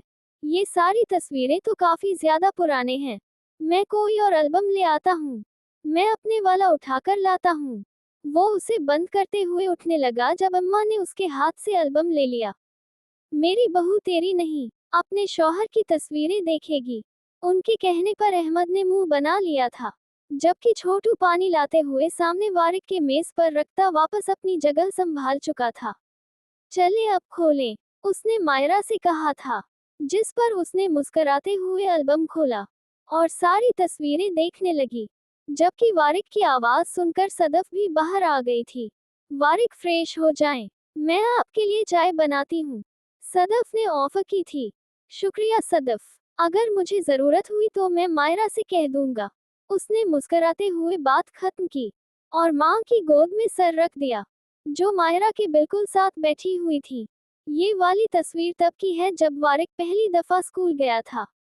वो जैसे ही पूछने लगी कि तस्वीर में वो छोटा सा बच्चा कौन है, अम्मा ने उसे बताया। अरे वाह, आप स्कूल भी जाते थे बचपन में? वो शरारती अंदाज में बोली तो वारिक ने आंखें खोलकर उसे घूरा था। नहीं, मैं तो कभी स्कूल गया ही नहीं। पता नहीं कैसा दिखता है, शक्ल भी नहीं देखी स्कूल की। वो जले हुए अंदाज में बोला था। क्या वो उसे अनपढ़ गवार लगता था जो वो इस तरह से सवाल कर रही थी?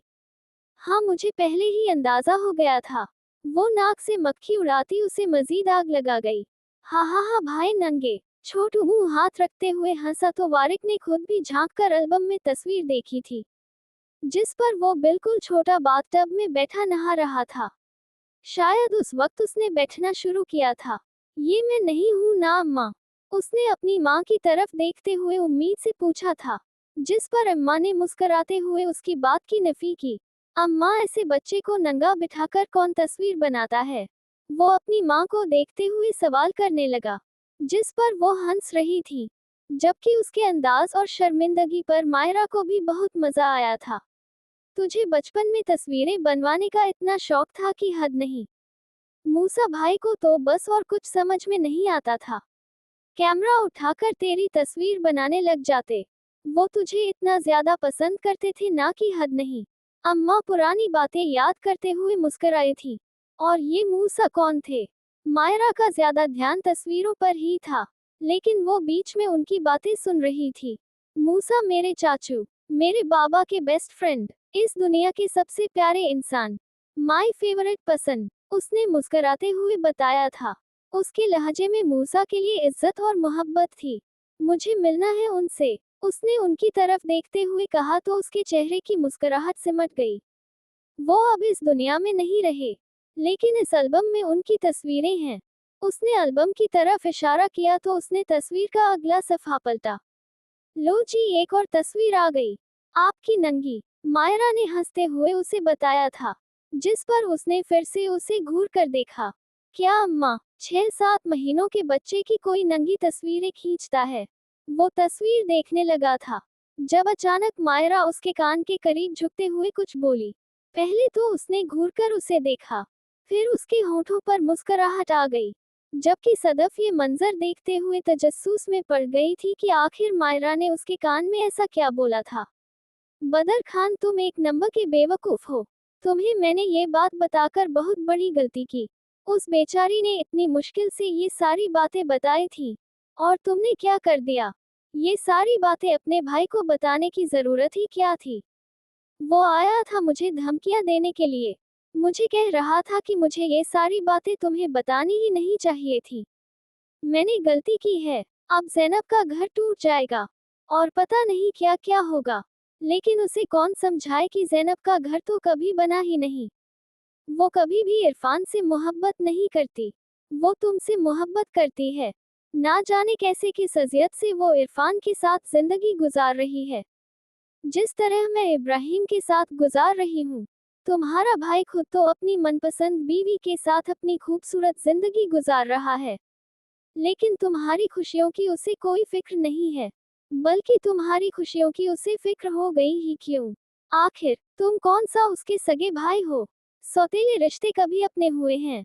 वो सिर्फ और सिर्फ तुमसे ये ताल्लुक उस दौलत के लिए निभा रहा है जिसके तुम हिस्सेदार हो, उस जायदाद के लिए वो तुम्हें अपने साथ लेकर घूम रहा है। जिस दिन उसे तुम्हारे हिस्से की जायदाद मिल गई, ना तुम्हें देखना भी पसंद नहीं करेगा, और ऐसे में वो तुम्हारी मनपसंद चीज ला कर दे। ऐसा तो मुमकिन ही नहीं। वो तुम्हारी खुशियां तुमसे छीन लेगा। तुम मूसा खान को अपना भाई समझकर अपने मसले उससे शेयर करते हो, लेकिन हकीकत तो ये है कि वो तुम्हारा भाई है ही नहीं।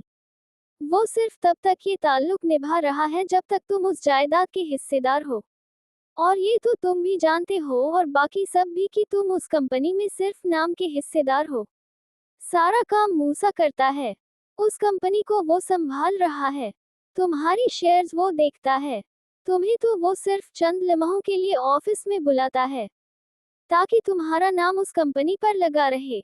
सच तो ये है कि वो तुम्हें फूटी कौड़ी भी नहीं देने वाला। बहुत जल्द सब कुछ अपने नाम करा देगा। ना तो तुम्हें कभी ज़ैनब की मोहब्बत मिलेगी, और ना ही कभी ये जायदाद। सारी जिंदगी के लिए तरसते रह जाओगे तुम, अपनी मोहब्बत के लिए भी और अपनी विरासत के लिए भी। वो उसे देखते हुए बोली थी। उसका तीर बिल्कुल निशाने पर लगा था।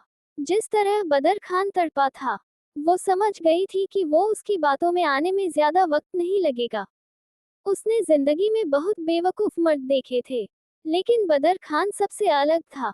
अले अले प्याला बेबी नंगा बैठा हुआ था। शमो आ गई मेले बेबी को। वैसे बचपन में आप किसी फैशन मॉडल से कम नहीं की। वो कमरे में दाखिल हुई तो वारिक लैपटॉप पर लगा अपने काम में मसरूफ था। उसके देखते ही उसके पास आती उसके दोनों गालों को खींचते बड़े क्यूट अंदाज में बोली थी, हाँ क्या है ना, मेरी बीवी को दिखनी थी ना मेरी तस्वीरें, इसीलिए स्पेशली बनवाई थी पोज बनाकर। लेकिन मुझे नहीं पता था कि मैं उन तस्वीरों में तुम्हें हॉट नजर आऊंगा। उसका हाथ पकड़कर वो उसे अपने करीब खींचकर अपनी गोद में बिठा चुका था। वारिक, मैं सिर्फ मजाक कर रही थी, उसने अपना हाथ छुड़ाते हुए कहा था। लेकिन मैं बिल्कुल मजाक के मूड में नहीं हूँ। तुम्हें वो छोटा सा बच्चा बाथटब में बैठा हुआ हॉट नजर आ रहा था, तो इतना बड़ा अपना शौहर कैसा लगता है? वो उसे अपने बेहद करीब करते हुए सवाल करने लगा। थोड़ी देर पहले बाहर बैठे उसने उसके कान में सरगोशी करते हुए कहा था, उस बाथटब में बैठे बहुत हॉट लग रहे हो, पानी में आग न लगा देना। और अब वो अपनी ही कही गई बातों पर पछता रही थी। वो कहाँ जानती थी कि वो उसकी बात को बाद में इस अंदाज में लेगा। वो जानती थी कि सबके सामने तो वो कुछ भी नहीं बोलने वाला, लेकिन बाद में बेडरूम में आकर वो इस बात का इंतकाम लेगा। उसे हरगिज अंदाजा नहीं था। वो तो मैं मजाक कर रही थी वारिक, उसने समझाना चाहा था, लेकिन मैं तो मजाक नहीं कर रहा। अब तो तुम्हें बताना पड़ेगा कि तुम्हें तुम्हारा शौहर कितना हॉट लगता है। उसकी कमर में हाथ सख्ती से हमायल करता वो उसे अपने ऊपर गिरा चुका था। मेरे ख्याल में आप कोई जरूरी काम कर रहे थे, उसने जैसे उसे याद दिलाना चाहा था। लेकिन वारिक को जैसे किसी चीज का होश ही नहीं था। वो तो उसकी गर्दन पर जाबजा अपने होठों का लम्स छोड़ने लगा। वो उसे पूरी तरह अपनी बाहों में कैद करता उसके होश ठिकाने लगाने लगा था। जब अचानक दरवाजा खोलकर सदफ अंदर दाखिल हुई। सदफ, क्या बदतमीजी है, इस तरह बिना दस्तक तुम हमारे कमरे में कैसे आ गई? वो अगले ही लम्हे उसे खुद से दूर करते हुए सदफ पर धाड़ा था। उसकी ये हरकत उसे सख्त नागवार गुजरी थी, जबकि सदफ भी शर्मिंदा हो गई थी। वो, मैं ये बताने आई थी कि खाना लग गया है, आप लोग आकर खा लें। वो आंखों में गुस्सा लिए मायरा को देखकर बोली थी, जैसे उसके अंदाज में शर्मिंदगी ढूंढने से भी ना मिली थी। हाँ, लेकिन उसकी जलन ने मायरा को अंदर तक पुरसुकून दिया था। आइंदा आप ये बात बताने के लिए ना आइएगा। वो क्या है ना कि आपको पता ही नहीं है कि दरवाजा कमरे के बाहर किस मकसद से लगाया जाता है। आपसे ज्यादा मैनर्स तो मेरे छोटू को हैं। 6 साल का बच्चा बिना दस्तक दिए कमरे के अंदर दाखिल नहीं होता। लेकिन आप इतनी बड़ी हो गई हैं, और आपको किसी ने इतनी तमीज नहीं सिखाई। मायरा, बस खत्म करो इस बात को। सदफ, जाओ यहाँ से। वो सदफ से कहता मायरा को टोक गया था, जबकि मायरा को उसका टोकना बहुत बुरा लगा था, इसीलिए तो उसे नजरअंदाज करती हो। वो वॉशरूम में बंद हो गई थी, जबकि सदफ कमरे से निकल गई। जाइना उम्मीद लगाकर बैठी थी बदर की तरफ से किसी धमाके की, लेकिन अब यहाँ उसे जो खबर मिली थी, उसने उसे झटका दे दिया था। बदर अपने दोस्तों में लड़ाई झगड़ा करने के बाद अपने दोस्त का सर गुस्से में शीशा भरमार चुका था, जिसकी वजह से उसके दोस्त को काफी अंदरूनी चोट लगी थी, और वो कोमा में चला गया था, जिसकी वजह से वो उस वक्त जेल में था, और उसका छूटना आसान हरगिज नहीं था। उसकी गवाही बहुत सारे लोगों ने दी थी। उसके गुस्से की वजह से होटल वालों का बहुत नुकसान हुआ था, जिस पर होटल वालों ने भी उस पर केस करा दिया था। उसका छूटना 2 साल तक नामुमकिन हो गया था, जबकि जाइना मजीद 2 साल अपनी जिंदगी बर्बाद करने का नहीं सोच सकती थी। उसे बदर पर गुस्सा आ रहा था, जो उसका सारा काम खराब करता जा रहा था। उसने बहुत बड़ी गलती की थी बदर को अपने प्लान में शामिल करके। वो बेवकूफ हरगिज उस काबिल नहीं था कि उसे इन सब चीजों में शामिल किया जा सके। उसे समझ नहीं आ रहा था कि वो क्या करे। इतनी मुश्किल से उसने बदर खान को इस बात का यकीन दिलाया था कि ज़ैनब उससे मोहब्बत करती है, और उससे शादी भी करना चाहती है, और जल्द से जल्द इरफान से तलाक लेकर उसकी जिंदगी में शामिल हो जाएगी। लेकिन बदर ने अपने गुस्से में बहुत बुरा किया था, और अब मूसा उसे छुड़ाने की हर मुमकिन कोशिश कर रहा था। लेकिन केस बड़ा हो जाने की वजह से वो सारी कोशिश धरी की धरी रह गई थी। उसे 2 साल की सजा हो चुकी थी, और 2 साल से पहले वो जेल से निकल नहीं सकता था। वो आज सुबह से ही किचन में लगी हुई थी।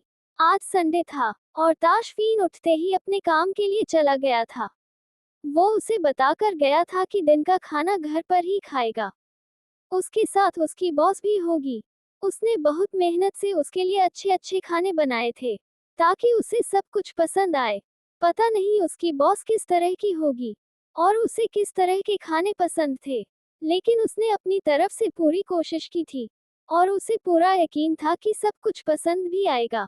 जबकि ताशफीन कहकर गया था कि बिल्कुल रिलैक्स रहो, क्योंकि मेरी बॉस को तुम्हारे हाथ का खाना पसंद आए या ना आए, तुम्हारा शौहर तुम्हारे हाथ के खानों का दीवाना है, और अगर उसकी बॉस ने उसके हाथ का बना खाना ना खाया तो वो खुद सब कुछ खा लेगा।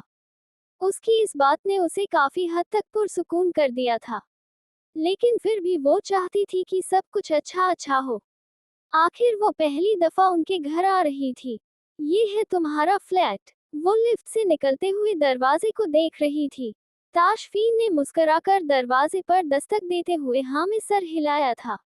मैं तुम्हारी कजिन से मिलने के लिए बहुत एक्साइटेड हूँ, उसने मुस्कुराते हुए कहा जब दरवाजा खुल गया। ये रही आपकी एक्साइटमेंट, मेरा मतलब है तनावुश। उसने मुस्कुराते हुए तनावुश की तरफ इशारा किया, जिसने सर से पैर तक उसको देखा था, और फिर आगे बढ़ते हुए उससे मिलने लगी। वाइट जीन्स के साथ रेड बिना आस्तीन की शर्ट में वो कोई मॉडल लग रही थी। ताशफीन तो कह रहा था कि ये उम्र में उससे बड़ी है, लेकिन वो तो बहुत यंग लग रही थी, बिल्कुल उसकी माँ की तरह। तनावुश, ये मेरी बॉस नहीं, बॉस आप ऑफिस में हैं। ये मेरी दोस्त है मिस रोज जैक्सन। ये मेरी बॉस कम और दोस्त ज्यादा हैं। उसने मुस्कुराते हुए उससे कहा था। आप यहीं खड़े रहेंगी या अंदर भी चलेंगी? वो उसे अंदर चलने का इशारा कर रहा था, जबकि वो तनावुश को देख रही थी, जो देखने में बहुत मासूम और स्वीट सी लग रही थी। जान खाना लगा दो, इन्हें वापस जाना है। उसने जैसे ही अंदर कदम रखा, ताशफीन ने उर्दू में उससे कहा, जिस पर वो हाँ में सर हिलाकर जाने लगी थी। तुम्हारी कजिन बहुत खूबसूरत है और खाना भी बहुत अच्छा बनाती है। मुझे यकीन नहीं आ रहा है इस छोटी सी लड़की ने ऐसा खाना बनाया है। ये हर काम में माहिर है। मुझे बहुत खुशी हुई तुमसे मिलकर। मैं ये तुम्हारे लिए छोटा सा गिफ्ट लेकर आई थी। वो खाने के दौरान ही अपने पास रखा तोहफा उसे पकड़ाने लगी थी। साथ में चॉकलेट का डब्बा भी था। उसने हैरानगी से ताशफीन को देखा था, जिसने मुस्कुराकर उसे लेने का इशारा किया, और वो उसका शुक्रिया अदा करते उसके गिफ्ट को कबूल कर चुकी थी। इस घर में और कौन कौन रहता है? और तुम्हारी मदर कहाँ है? वो उससे मजीद सवाल जवाब करने लगी। घर में और कोई भी नहीं रहता। मेरी मदर अपने सेकंड हस्बैंड और बच्चों के साथ हैं, जबकि मैं यहाँ अपनी वाइफ के साथ रहता हूँ। उसने मुस्कुराते हुए तनावुश के कंधे पर हाथ रखा था, जबकि सामने खड़ी औरत को तो ये बात कोई मजाक ही लगी थी। उसके चेहरे पर नाकाबिले यकीन मुस्कुराहट थी। शायद वो उसके साथ मजाक कर रहा था। वाइफ, मतलब मैं कुछ समझी नहीं। वो उसे देखते हुए बोली थी। हाँ, सच में ये बात काफी नाकाबिले यकीन है। लोग यकीन ही नहीं करते कि तनावुश मेरी बीवी है। ये कोई छोटी सी बिल्कुल बच्ची लगती है, लेकिन हमारी एज में ज्यादा डिफरेंस नहीं है, कि मुझसे सिर्फ 6 साल छोटी है। और ये सच है कि ये प्यारी सी लड़की मेरी बीवी है। इसी ने मेरी जिंदगी को जन्नत बना दिया है। इसके होने से मैं हूँ। कभी कभी मुझे लगता है इसे बनाया ही मेरे लिए गया है। ये सिर्फ मेरी है। वो अपने जज्बात का इजहार करता उसे अपनी बाहों में भरते उसके गाल पर अपने लब रख गया था, जबकि उसकी इस हरकत ने तनावुश को उसे घूरने पर मजबूर कर दिया था। जबकि रोज पर तो जैसे उस घर की छत आ गिरी थी, और वो उसे देख रही थी। उसकी किसी बात पर यकीन करना उसके बस में ही ना था।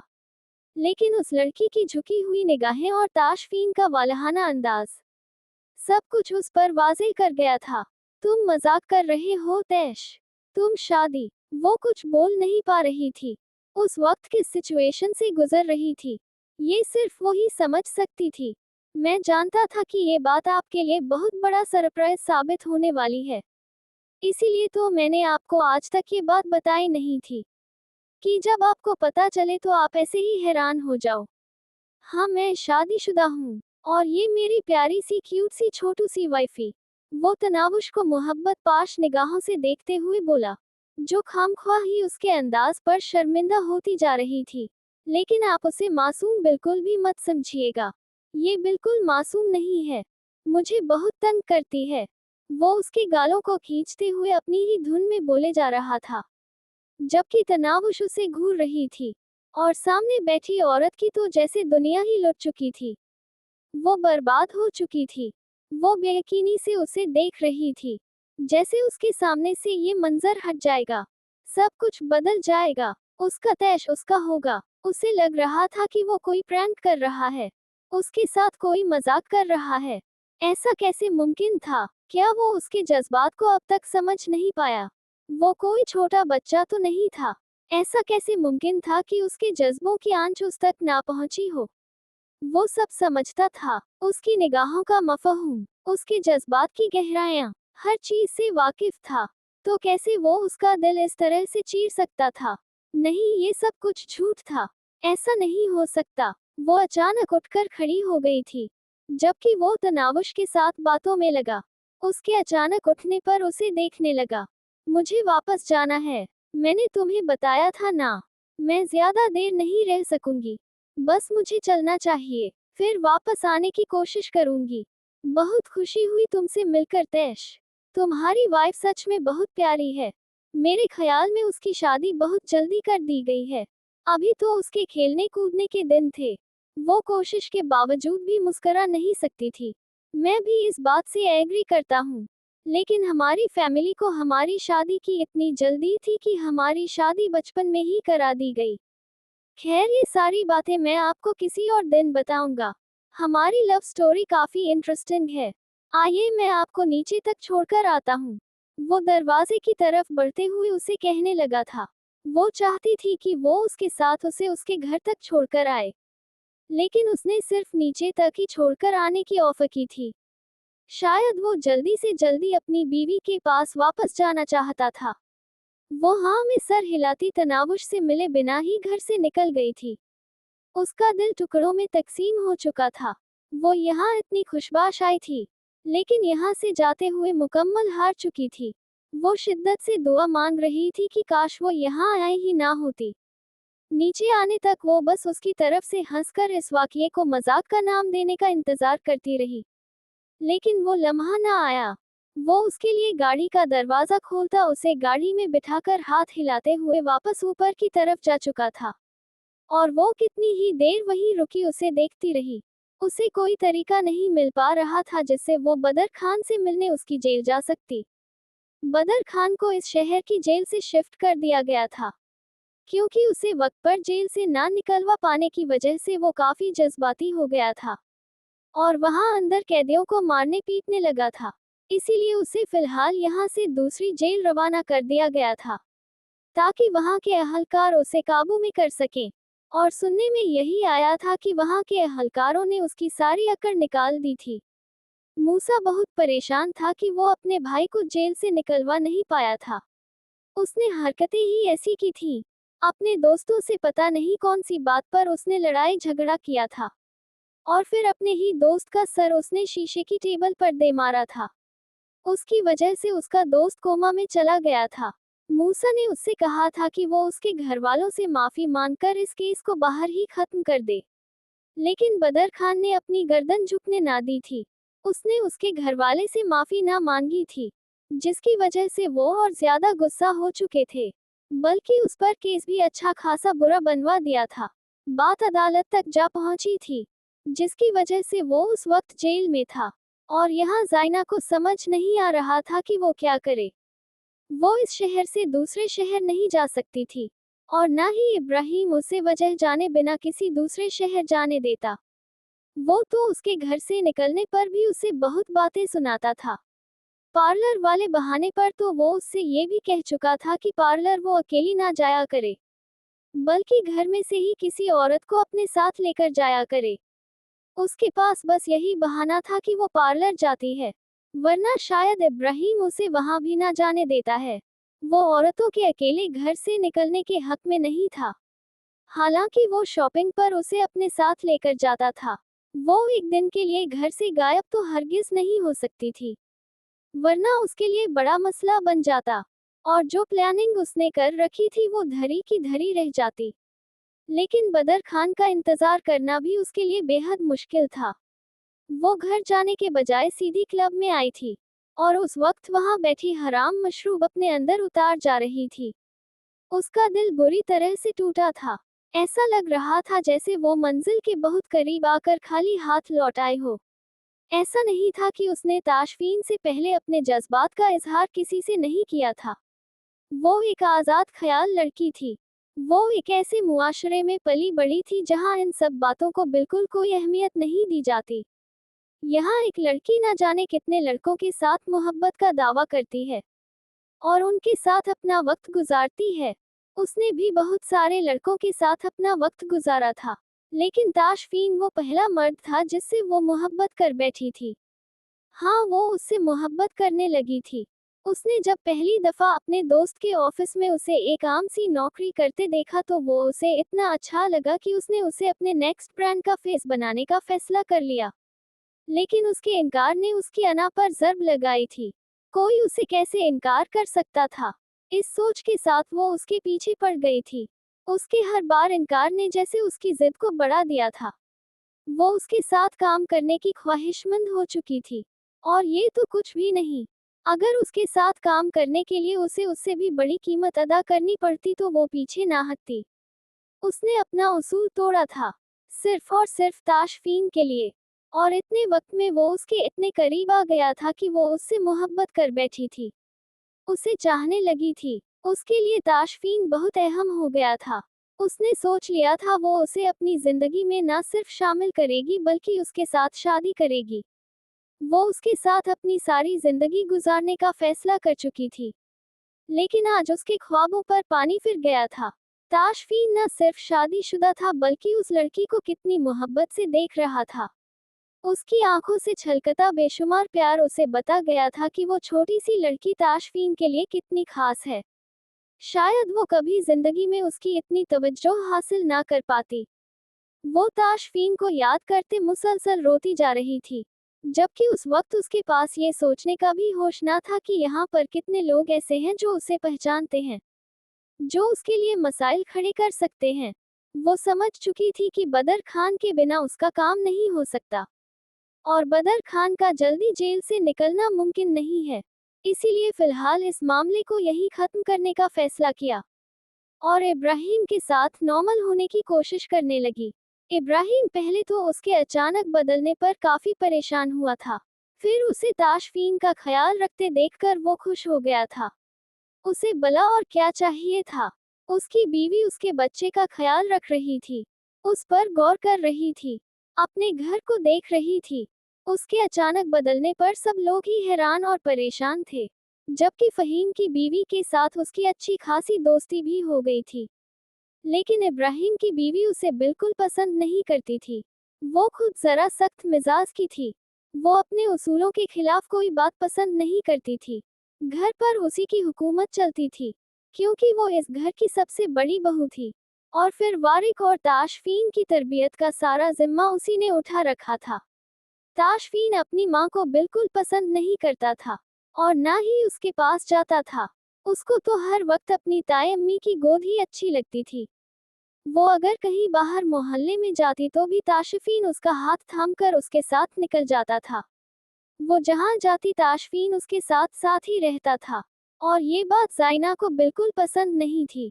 इस बात का जिक्र उसने इब्राहिम के सामने भी कर दिया था, जिस पर इब्राहिम ने कह दिया कि वो उसकी ताशफीन भाभी के साथ ज्यादा अटैच है, और वैसे भी भाभी उसका ख्याल तुमसे ज्यादा बेहतर रखती हैं। और जिस तरह से ताशफीन की तबीयत है, वो अपनी मर्जी के खिलाफ कोई चीज बर्दाश्त नहीं करता। इसलिए बेहतर है कि तुम्हें ताशफीन के साथ टाइम गुजारा करो, उसे अपनी तरफ करने की कोशिश करो। वो छोटा बच्चा है, अभी उसकी उम्र ही क्या है, सिर्फ 5 साल। तुम माँ हो उसकी, अगर चाहो तो अपने बच्चे को अपनी तरफ मुतवज्जह कर सकती हो। तुमने कभी उसे अहमियत नहीं दी, कभी उसे ममता का एहसास नहीं दिलाया, इसीलिए वो तुम्हारे करीब नहीं आता। वो जब भी तुम्हारे पास आता था तो तुम उसे झटक देती थी, इसीलिए उसे तुम्हारी आदत नहीं है। लेकिन आहिस्ता आहिस्ता कोशिश करो, सब कुछ ठीक हो जाएगा। और उसकी ये बात सुनने के बाद वो कोशिश करने लगी थी कि ताशफीन का ज्यादा से ज्यादा वक्त उसके साथ गुजरे। अगर बड़ी भाभी कहीं बाहर जाती भी तो वो ताशफीन को उसके साथ नहीं भेजती थी, और ज्यादा से ज्यादा उसे कमरे में रखती थी, ताकि उसे अपनी माँ की आदत हो जाए, क्योंकि उसे किसी भी तरह से ताशफीन को अपने साथ रखना था, ताकि वो अपनी प्लानिंग में कामयाब हो सके। आखिर तलाक के बाद उसने अपना बच्चा अपने पास रखना था, तभी तो अपने वालिदैन की जायदाद से कुछ ले पाती। और जहां तक दानियाल की बात थी तो ज़ैनब अपना बच्चा खुद संभाल सकती थी, क्योंकि इरफान से शादी के बाद वो अपनी सौतन के बच्चे तो पालने से रही थी। हाँ, लेकिन अपने बच्चे का वो कुछ ना कुछ कर लेती। उठो मायरा, लाओ फाइल दो मुझे, वो आज बहुत जरूरी मीटिंग है। वो सुबह सुबह ही उसके सर पर सवार उसे जगाने की कोशिश कर रहा था। ना करे खड़ूस मूंछड़ प्लस जालिम व जाबिर शौहर, मुझे सोने दें। आप सारी रात मुझे नहीं सोने देते, कम से कम सुबह तो सोने दिया करें।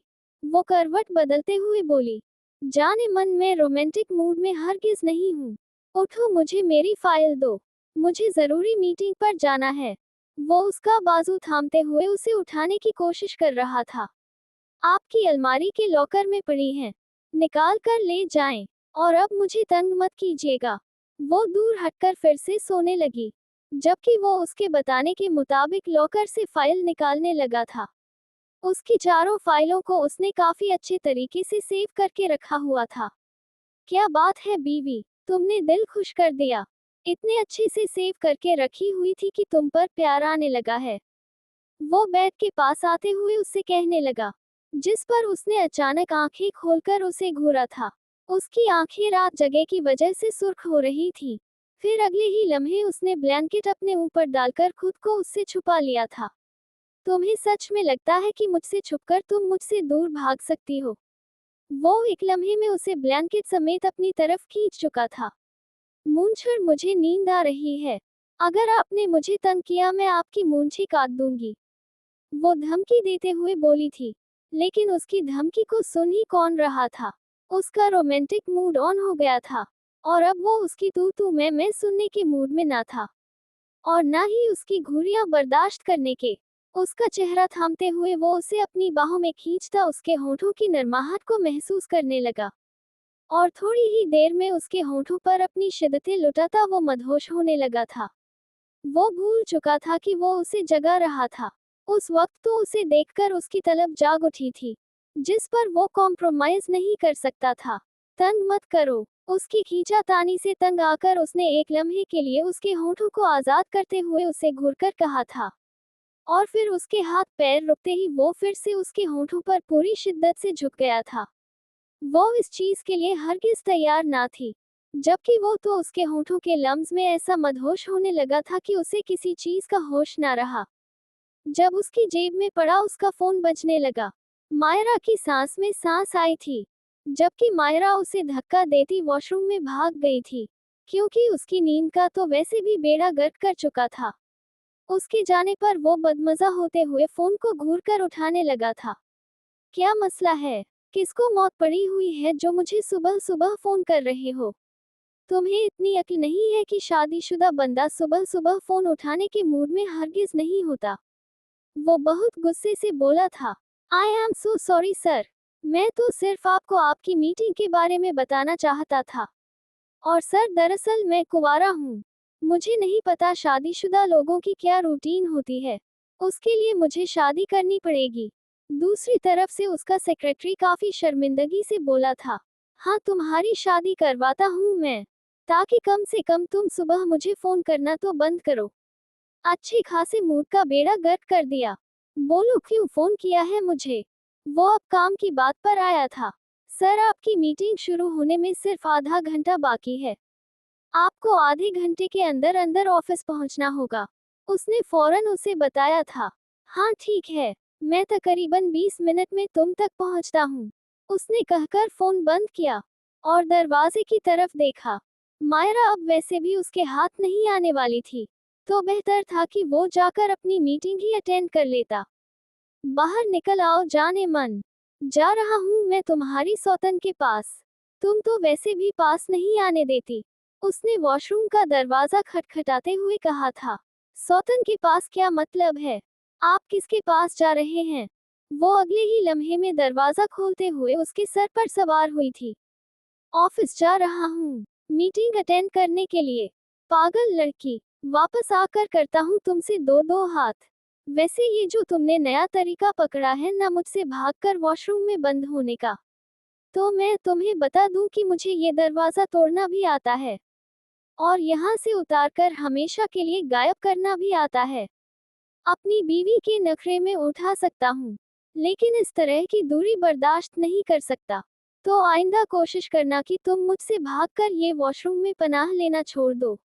वो उसके होठों पर झुकते हुए वो शिद्दत से भरपूर बोसा देता, जाते जाते उसे वॉर्न कर गया था, जबकि वो उसकी मूंछों की चुभन पर एक बार फिर से अपने होठों को रगड़कर रह गई।